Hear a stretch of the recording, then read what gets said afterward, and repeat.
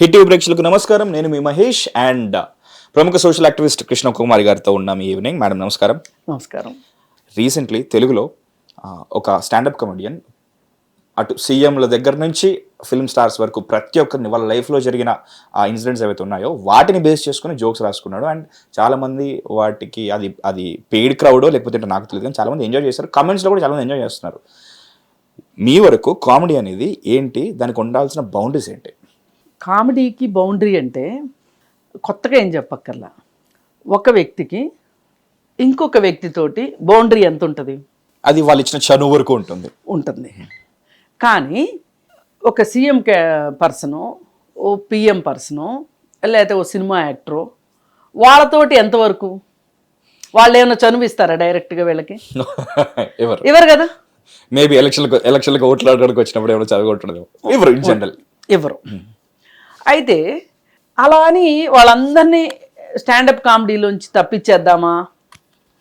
అసలు వాళ్ళని ఎవరెవరిని ఎంచుకోవాలి స్టాండప్ కామెడీకి అని అనుకుంటే కనుక ఎవ్వరూ అతీతులు కాదు, అందరినీ ఎంచుకోవచ్చు. కానీ అక్కడ పాటించాల్సిన విషయాలు ఏంటి అంటే, మీరు ఎంచుకున్న అంశము సమాజానికి ఏమైనా నష్టమా, వాళ్ళ వ్యక్తిగత గోప్యతకి ఏమైనా ఇబ్బందా, వారు కూడా చూసుకుని నవ్వుకునేలాగా ఉంటుందా, లేకపోతే వాళ్ళకి మీరు చేసిన కామెడీ ఒకవేళ ఎంత పెద్దవాళ్ళైనా వాళ్ళు చూస్తే వాళ్ళకి అమాంతం ఆవేశం కట్టలు తెంచుకుని గీంకారాలు చేసి మీరు ఎక్కడున్నారో వచ్చి ఎతికి కొట్టాలనిపిస్తుందా? ఇన్ని అంశాల మీద స్టాండప్ కామెడీ ఆధారపడి ఉండాలి. స్టాండప్ కామెడీయే కాదు, ఏ కామెడీ అయినా. ఇప్పుడు నేను ఉన్నానండి, 4-5 సార్లు నేను ఇంటర్వ్యూ చేశాం. అయినప్పటికీ మీకు నాకు మధ్యలో ఒక బౌండరీ ఉంది. నేను ఎంతవరకు చెప్పాలి, ఎంతవరకు మీతో మాట్లాడాలి అంటే, ఏంటమ్మా ఇవాళ డల్గా ఉన్నావు, భోజనం చేయలేదా, లేదు ఇవాళ ఏంటి కొంచెం ఆబ్సెంట్ మైండ్తో ఉన్నారు, అదే ఆఫ్లైన్లో అయినా. కెమెరా ఆన్లో ఉండగా మనం ఇవన్నీ మాట్లాడుకోమనుకోండి, ఎగ్జాంపుల్ చెప్తున్నా. కెమెరా ఆఫ్లో ఉన్నప్పుడైనా నా బౌండరీ ఎంతవరకు? అలాగే మీరు నాతో మాట్లాడాలంటే మీ బౌండరీ ఎంతవరకు? నేను గాయపడినంత వరకు, నేను బాధపడినంత వరకు. అయితే ఇక్కడ రాజకీయ నాయకుల్ని మనం తీసుకొచ్చాము అనుకోండి, సినిమా యాక్టర్లను తీసుకొచ్చాము అనుకోండి, వాళ్ళ సినిమాలపైన మీరు చెయ్యండి. సినిమాల్లో ఉన్న కథాంశాలపైన మీరు, సినిమాలో కంటెంట్ని బట్టి మీరు చెయ్యండి. రాజకీయ నాయకులు ఉన్నారు, వాళ్ళు ప్రజలకు ఇచ్చిన వాగ్దానాల గురించి చెయ్యండి. వాళ్ళు ఏమి వాగ్దానాలు చేశారు, ఆ వాగ్దానాలు ఏం చేయలేకపోయారు అనేదాన్ని కామెడీగా మీరు ప్రజలకు చేరవేసేటట్లు చెయ్యండి. కానీ నిన్న మొన్న మాట్లాడుకున్న స్టాండప్ కమెడియన్ ఉదంతం ఏదైతే ఉందో, అతనిది ఎలా ఉందంటే, పవన్ కళ్యాణ్ పెళ్ళిళ్ళ గురించి, అలాగే నాగబాబు గారి అమ్మాయి విడాకుల గురించి, వీటి గురించి మాట్లాడింది ఉంది చూసారా, అవి పూర్తి వ్యక్తిగతమైనవి. ఈవెన్ రామ్ చరణ్, తేజ్, ఉపాసన వాళ్ళ సంపాదన, దాన్ని రిలేట్ చేస్తూ ఒక పదం, ఒక తిట్టు, ఇవి ఏవైనా సరే అవి వాళ్ళ పూర్తి వ్యక్తిగతాలు. ఇప్పుడు వాళ్ళ ఆదాయం ఉందండి, రామ్ చరణ్, ఉపాసన ఆదాయం ఉంది. వాళ్ళ ఆదాయం గురించి ఎవరు మాట్లాడగలరు అంటే ఐటీ డిపార్ట్మెంట్ వాళ్ళు తప్పితే ఇంకెవ్వరు మాట్లాడటానికి వీల్లేదు, ఇంకెవరు మాట్లాడకూడదు. ఎందుకంటే వారి వ్యక్తిగత ఆదాయాల గురించి ఏమైనా ఇబ్బందులు, ఏమైనా మాట్లాడాల్సింది ఏదన్నా ఉంది, మోసం ఉంది, అన్యాయం ఉంది, కుట్ర ఉంది, కుతంత్రం ఉంది అనుకుంటే మనం పోలీసులను ఆశ్రయించాలి, పోలీసులు విచారణ చేయాలి. అది ఐటీ డిపార్ట్మెంట్కి సంబంధం కావచ్చు, ఫెమాకి సంబంధం కావచ్చు, లేకపోతే హవాలా కావచ్చు, ఏదైనా సరే కేసు చేయాల్సింది ఎవరు? మీరు నేను కాదు కదా తీర్పులు చెప్పాల్సింది. అందుకని ఇట్లాంటివి పూర్తి వ్యక్తిగతమైన విషయాల జోలికి కామెడీ అనేది వెళ్ళకూడదు. ఇప్పుడు స్టాండప్ కామెడీ చేస్తున్నాను అంటే నేను ఏదైనా మాట్లాడచ్చు అనేది తప్పు. ఆమె చేస్తున్న వ్యాపారంలో ప్రజలకు సంబంధించి ఏమైనా ఇబ్బంది ఉంటే, ప్రజలకు వ్యతిరేకమైన ఏమన్నా జరుగుతూ ఉంటే వాటి గురించి మీరు మాట్లాడవచ్చు. ఎవరికైనా హక్కు ఉంటుంది మాట్లాడటానికి. ఈవెన్ మీరు నేను కూడా మాట్లాడవచ్చు. కానీ వాళ్ళ ఆదాయం గురించి మాట్లాడే హక్కు మనకెక్కడుందండి? ఇది ఒకటి. ఈ విడాకులు పెళ్ళిళ్ళు ఇవి పూర్తి వ్యక్తిగతమైన విషయాలు. ఈ విషయాల గురించి మాట్లాడడానికి వీలు లేదు. అసలు ఆమె విడాకులు తీసుకుందా తీసుకోలేదా, అసలు ఆమెకు పెళ్ళి అయిందా పెళ్ళి అవ్వలేదా, ఇవన్నీ చర్చించే హక్కు మనకు లేదు. అది కూడా ఓపెన్గా మైక్ పెట్టి. ఎందుకంటే పెళ్ళి వాళ్ళ వ్యక్తిగతం, విడాకులు కూడా వాళ్ళ వ్యక్తిగతం. మనకు మాట్లాడే హక్కు లేదు. ఆ హక్కు ఎవరికి ఉంది అంటే ఆ పెళ్ళి వల్ల నష్టం జరిగిన నిహారికకో, విడాకుల వల్ల నష్టం జరిగితే గనక నిహారికకో, లేదు అనుకుంటే ఆ ఎక్స్ హస్బెండ్ ఉన్నాడు వాళ్ళిద్దరు మాట్లాడతారు ఏదన్నా ఇబ్బంది ఉంటే. అసలు విడాకులు అయిపోయాక మాట్లాడాల్సిన అవసరం లేదు, వాళ్ళకు కూడా లేదు. ఒక రకంగా అయిపోయినాయి. అసలు విడాకులే తప్పనా నీ ఉద్దేశం? నాకు అర్థం కాలేదు. విడాకులే తప్పు అయితే చట్టమే ఎందుకు ఇస్తుంది ఆ హక్కు? ఈ ప్రపంచంలో ఎవరైనా సరే ప్రపంచం దాకా వద్దు, మన భారతదేశం వరకు ఒకసారి ఒక పెళ్ళే చేసుకోవాలి. ఈ పెళ్ళి విడాకులు అయ్యాకే ఇంకొక పెళ్లి చేసుకోవాలి అని ఉంది తప్పితే విడాకులు తీసుకోవడం తప్పని ఎక్కడా లేదు కదా. అసలు విడాకులే తప్పు అయితే పెళ్లి కూడా తప్పే నా దృష్టిలో. ఎందుకంటే రెండు చట్టబద్ధమైనయే. కాకపోతే ఒక పెళ్లిలో ఉండి ఆ బంధం నుంచి విడాకులు తీసుకోకుండా ఇంకొక పెళ్లి చేసుకుంటే దాని గురించి మాట్లాడవచ్చు. ఇది విడాకులకు సంబంధించి ఆయన మాట్లాడింది ఏదైనా సరే దాన్ని కామెడీ చేయాల్సిన అవసరం లేదు, దాన్ని ప్రస్తావించాల్సిన అవసరం కూడా లేదు నన్ను అడిగితే. అసలు మీకు కానీ నాకు కానీ ఎవరికి లేదండి. ఎందుకంటే పెళ్ళి అనేది వాళ్ళ వ్యక్తిగతం, విడాకులు వాళ్ళ వ్యక్తిగతం. ఇంకపోతే పవన్ కళ్యాణ్ విషయం, ఈ పవన్ కళ్యాణ్ విషయం అయినా సరే ఆయనకు పెళ్ళిళ్ళు అయినాయి, విడాకులు అయినాయి, ఇప్పుడు పెళ్లిలో ఉన్నారు. ఈ భార్య కూడా వాళ్ళిద్దరికీ నచ్చకపోతే, ఈ భార్య ఆయనకు నచ్చకపోయినా ఆ భార్యకి ఈయన నచ్చకపోయినా వాళ్ళు మాట్లాడుకుని వాళ్ళు విడాకులు తీసుకున్న తర్వాత తీసుకుంటే వాళ్ళు ఇంకో పెళ్లి కూడా చేసుకుంటారు. మనకేంటి అభ్యంతరం? ఎగ్జాక్ట్లీ. ఈ దేశంలో మన చట్టం ప్రకారం ఎన్ని పెళ్ళిళ్ళైనా చేసుకోవచ్చు. అది ఎప్పుడు? ఏ పెళ్ళి అయినా సరే విడాకులు అవ్వకుండా ఉన్నప్పుడు చేసుకుంటే తప్పు, అది బైగమీ కిందకు వస్తుంది. విడాకులు తీసుకున్న తర్వాత మళ్ళీ పెళ్లి చేసుకో నీకు ఓపుకుంటే. 6 నెలల తర్వాత ఈ పెళ్ళి అయిన తర్వాత 6 నెలలకి అప్లై చేసుకోవచ్చు విడాకులకి. 3 నెలలకు విడాకులు వస్తాయి, మళ్ళీ పెళ్లి చేసుకోవచ్చు. అందుకని అది వాళ్ళ స్తోమతకు సంబంధించిన విషయం, వాళ్ళ హెడేక్, వాళ్ళ హెడేక్ అది.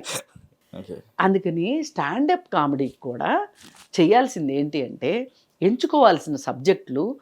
ఒక ప్రధానమంత్రిని విమర్శించేటప్పుడు ఆ ప్రధానమంత్రి ఈ దేశానికి ఏం చేస్తున్నాడు, ఏం చేయట్లేదు, దానికి సంబంధించి స్టాండప్ కామెడీ తీసుకోండి, తప్పులేదు. ఓ సినిమా గురించి ఒక స్టాండప్ కామెడీ తీసుకోండి, తప్పులేదు.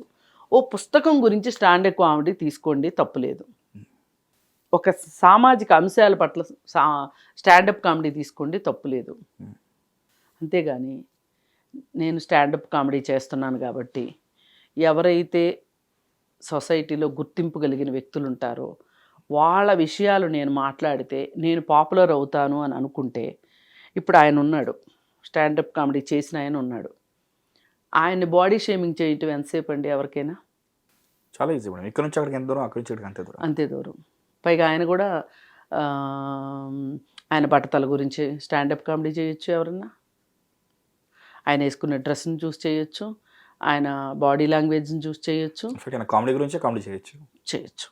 అందుకని కానీ కామెడీ అనేది ఎలా ఉండాలి అంటే హృదయంగా ఉండాలి, సహజంగా ఉండాలి, సంతోషపడేదానిలా ఉండాలి.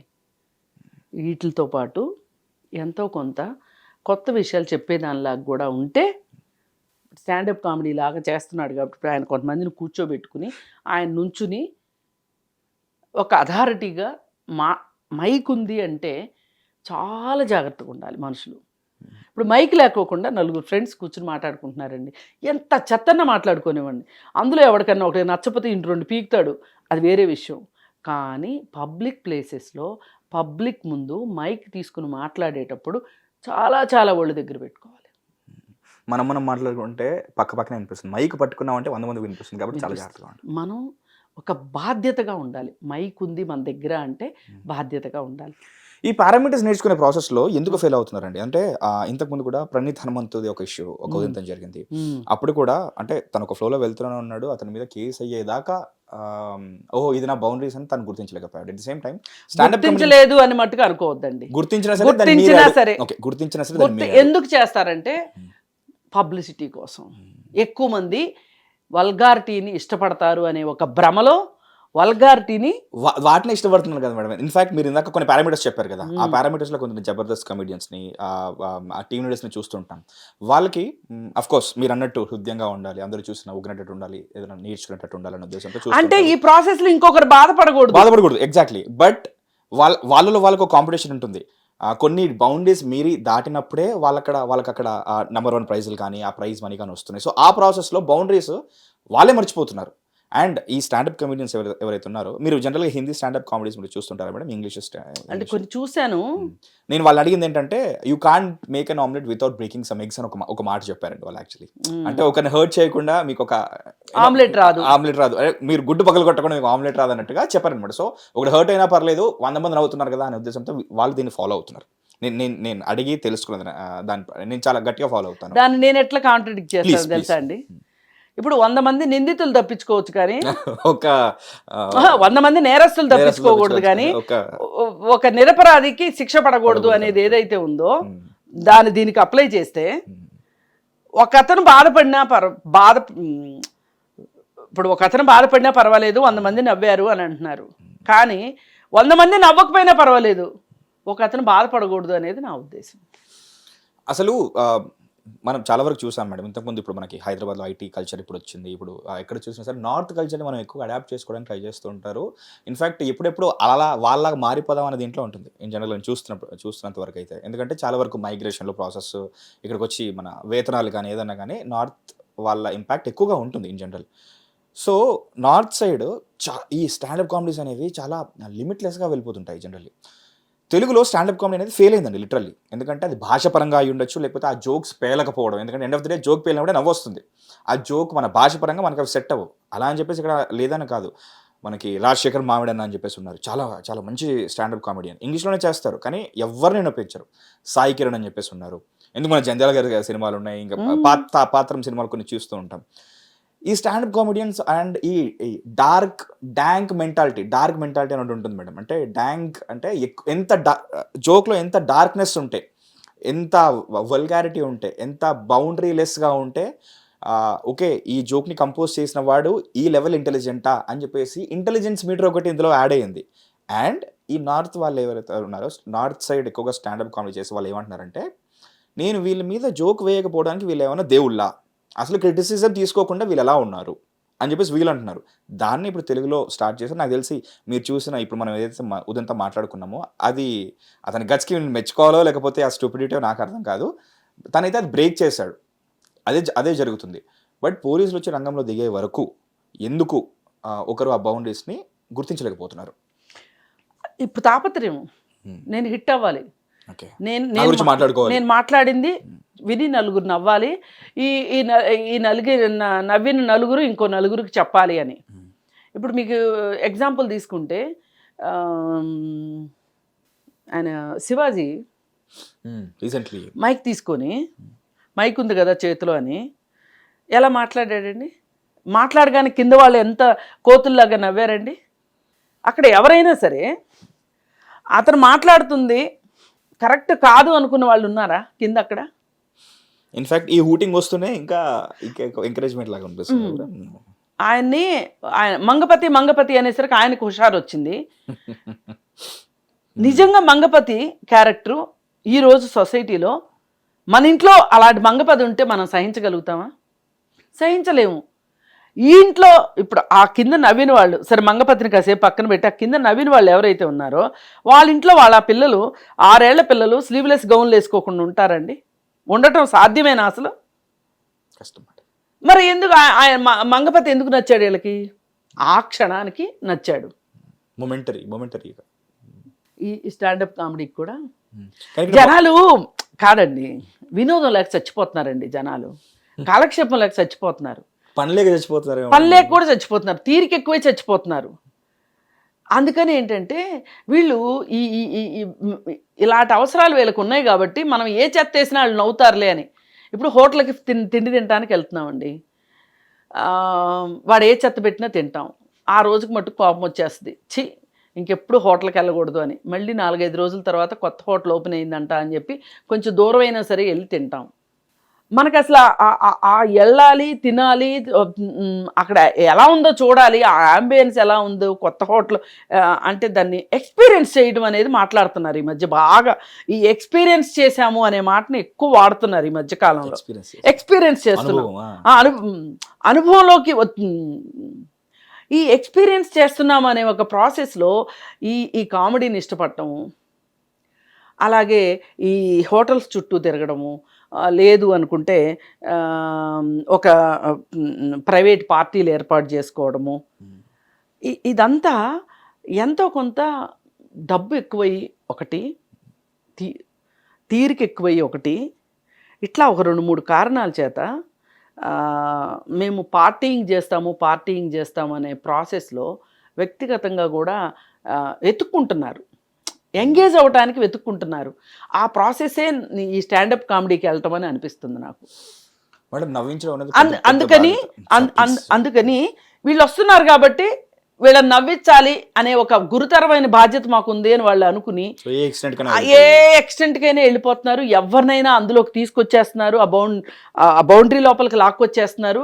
తీసుకొచ్చేసేసి వాళ్ళని మనము ఇప్పుడు ఆమె తీసిన సినిమాలు ఉన్నాయి, ఎవరు, నిహారిక తీసిన సినిమాలు, వాటి గురించి కామెడీ చేయొచ్చు కదండి.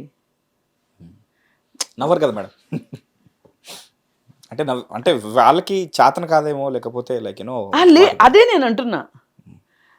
కమిటీ కుర్రోళ్ళు అనే సినిమా తీసింది, దానికి అవార్డు కూడా వచ్చింది.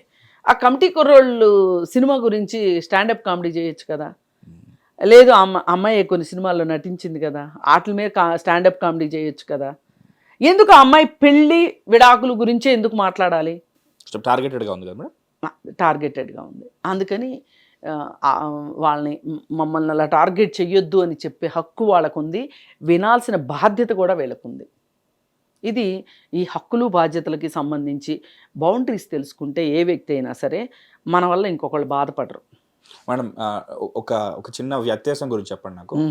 పొద్దున్న లేస్తే నక్సలైట్లు అండ్ లేకపోతే చాలామంది కరుడుగట్టిన దొంగలతో వ్యవహరించే ఒక పోలీస్ ఆఫీసర్ని సార్ సాయంత్రం వెళ్ళిన తర్వాత మీ డే ఎలా ఉంటుంది అంటే, ఆఫీస్లో ఎలా ఉన్నా, స్టేషన్లో ఎలా ఉన్నా కానీ నైట్ అయితే నేను ఒక మంచి కామెడీ సినిమా చేసి పడుకుంటానబ్బా, నాకు రిలీఫ్ వస్తుంది అన్నారు. సో మీరు అన్నట్టుగానే ఒక ఏజ్ వరకు చూస్తే వాళ్ళకి కామెడీ అంటే జంధ్యాల సినిమాలు, అందరినీ నవ్వించే సినిమాలు ఇలాంటివి ఉన్నాయి. ఈ జెన్జీ స్టూడెంట్స్లో మాత్రం, ఈ జెన్జీ అండ్ ఆల్ఫా ఈ జనరేషన్లో మాత్రమే లైక్ బౌండరీస్ దాటి మరి లైక్ ఈ చెప్పాను కదా డాంక్నెస్ ఎక్కువ అయిన జోక్స్ కోసం వెంపర్లాడుతున్నారు. ఎందుకంటారు వీళ్ళలోనే ఇలాంటి ఆ మెంటాలిటీ ఉంది? దాన్ని ఎలా తగ్గించుకోవచ్చా లేదా, లేకపోతే ఇది కామెడీ కాదరా అంటే ఇన్ఫాక్ట్ వీళ్ళు తిరిగి నీకు అసలు నీకు సెన్స్ ఆఫ్ హ్యూమర్ లేదని తిరిగి మనల్ని అంటున్నారు. అవును అంటున్నారు, నిజమే, సెన్స్ ఆఫ్ హ్యూమర్ లేదు అంటున్నారు. ఇప్పుడు మా నాన్నకు నచ్చిందే నాకు నచ్చాలా? మా నాన్న ఆ జనరేషన్ మనిషి, ఆయనకు అది నచ్చింది, నేను ఇంకోటేదో చూద్దాం, ఇంకోటేదో ఎక్స్పీరియన్స్ చేద్దాం అనే ప్రాసెస్లో ఆ హనుమంతు అనే అతని కామెడీని చూశారు చాలామంది. అంటే ఫస్ట్లో కూడా 1-2 బాగానే ఉండి ఉంటాయి అతని కూడా, కానీ అతను డోస్ పెంచరా బాబు అన్నట్లు డోస్ పెంచుకుంటా వెళ్ళాడు. ఈ డోస్ పెంచుకుంటా వెళ్ళినప్పుడు ఏమవుద్ది అంటే, ఏం తీసుకోవాలి, ఇంకా ఏదో ఒకటి కొత్తది తీసుకోవాలి. అందుకని ఆ కొత్త అంశం తీసుకున్నాడు, కేసు అయింది. అందుకని సరే ఏది ఏమైనా ఈ జెన్జీ వాళ్ళు ఏం చేయొచ్చు అంటే, అసలు టెక్నాలజీ నుంచి బయటికి రావాలండి ఫస్ట్.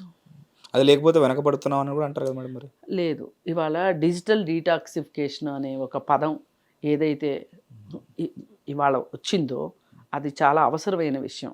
ఐక్యరాజ్య సమితి కూడా గుర్తించింది, అలాగే కొన్ని దేశాలు కూడా గుర్తించినాయి.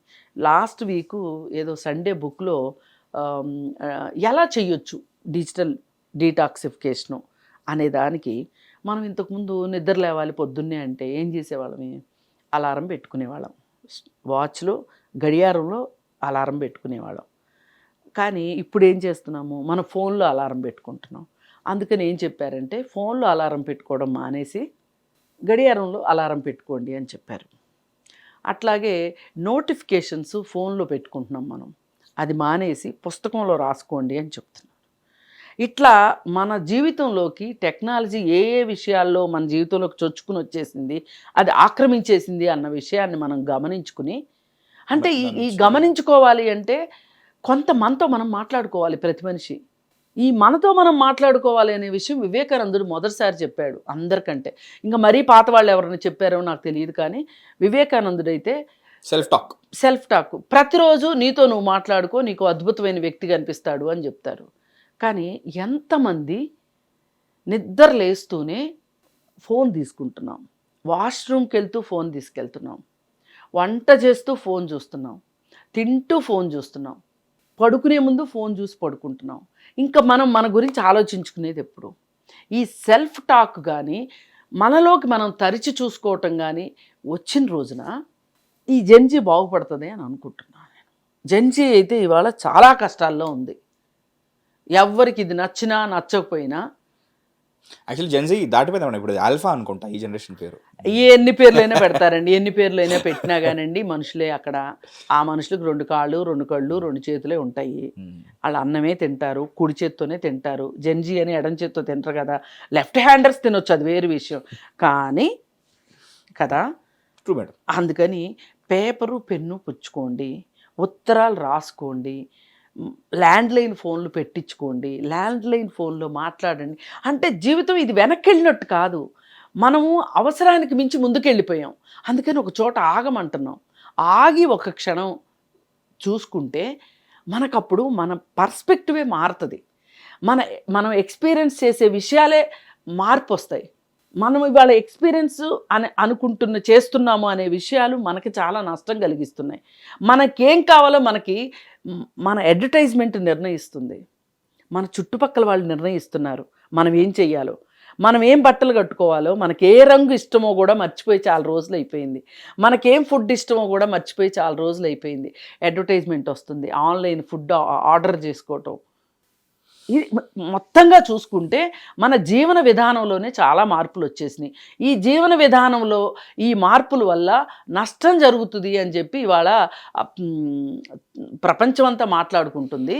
దానికి తోడు ఆస్ట్రేలియా గవర్నమెంటు క్లియర్ కట్గా ఇచ్చింది. ఏమని? 16 సంవత్సరాల లోపు ఫోను ముట్టుకోవద్దు పిల్లలు బ్యాన్ అని. అలాగే ఇంకొన్ని దేశాలు కూడా అదే బాటలో ఉన్నాయి.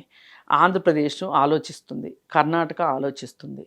ఇవాళ మన దేశానికి కావాల్సింది ఏంటంటే ఒక హేట్ స్పీచ్ని దగ్గర నుంచి ఒక హేట్రెడ్ని పెంచే మాటలు ఇవన్నీ కూడా సోషల్ మీడియా వల్లే ఎక్కువైనాయి. ఈ సోషల్ మీడియాలో కనుక లేకపోతే కనుక ఇంత హేట్ మనుషుల మధ్యలో ఉండదు. ఇది కావాలని కొంతమంది చేస్తున్నారు, అనుకోకుండా కొంతమంది చేస్తున్నారు. అందులో భాగంగా పుట్టిందే ఈ one of the standup comedy. Cheap dopamine కోసం పరిగెత్తకుండా సెల్ఫ్ టాక్ చేసుకొని కరెక్ట్ చేసుకోవాలి. మీలో మీకు సెరటోనిన్ రిలీజ్ అవుతుంది. So don't go behind cheap dopamine. You know మీతో మీరు మాట్లాడుకోండి, చాలా వరకు సమాధానాలు దొరుకుతాయి అంటున్నారు Krishnakumari garu. Thank you ma'am. Thank you. Hit TV app, ఇందులో short news, live news, entertainment shows, movies, digital magazines తో పాటు మీ జిల్లా వార్తలను కూడా ఫ్రీగా చూడొచ్చు. ఇంకెందుకు ఆలస్యం, వెంటనే హిట్ టీవీ యాప్ ని డౌన్లోడ్ చేసుకుని ఫ్రీగా ఎంటర్టైన్మెంట్ పొందండి. Hit TV app. Hit TV app. Please download hit TV app. Hit TV app ని ఫ్రీగా డౌన్లోడ్ చేసుకుని ఎంజాయ్ చేయండి. మీకు నచ్చిన ఎంటర్టైన్మెంట్ కోసం హిట్ టీవీ యాప్ ని ఫ్రీగా డౌన్లోడ్ చేసుకుని ఎంజాయ్ చేయండి. హిట్ టీవీ యాప్ ని డౌన్లోడ్ చేసుకుని ఆస్వాదించండి, ఆశీర్వదించండి. ఇంతమంది సెలబ్రిటీలు హిట్ టీవీ యాప్ ని డౌన్లోడ్ చేసుకోండి అని చెప్తున్నారంటే ఎంత మంచి యాప్ ఆలోచించండి. అమెరికా అమెరికా అమెరికా అమెరికాలో చదవాలనుకునే వాళ్ళకి విశ్వసనీయమైన పేరు మన శౌర్య కన్సల్టెన్సీ. UK లో 1 year masters, UK లో 1 year masters, 2 years work permit up to 5 years visa. Contact Saurya Consultancy. Contact 89851 89851.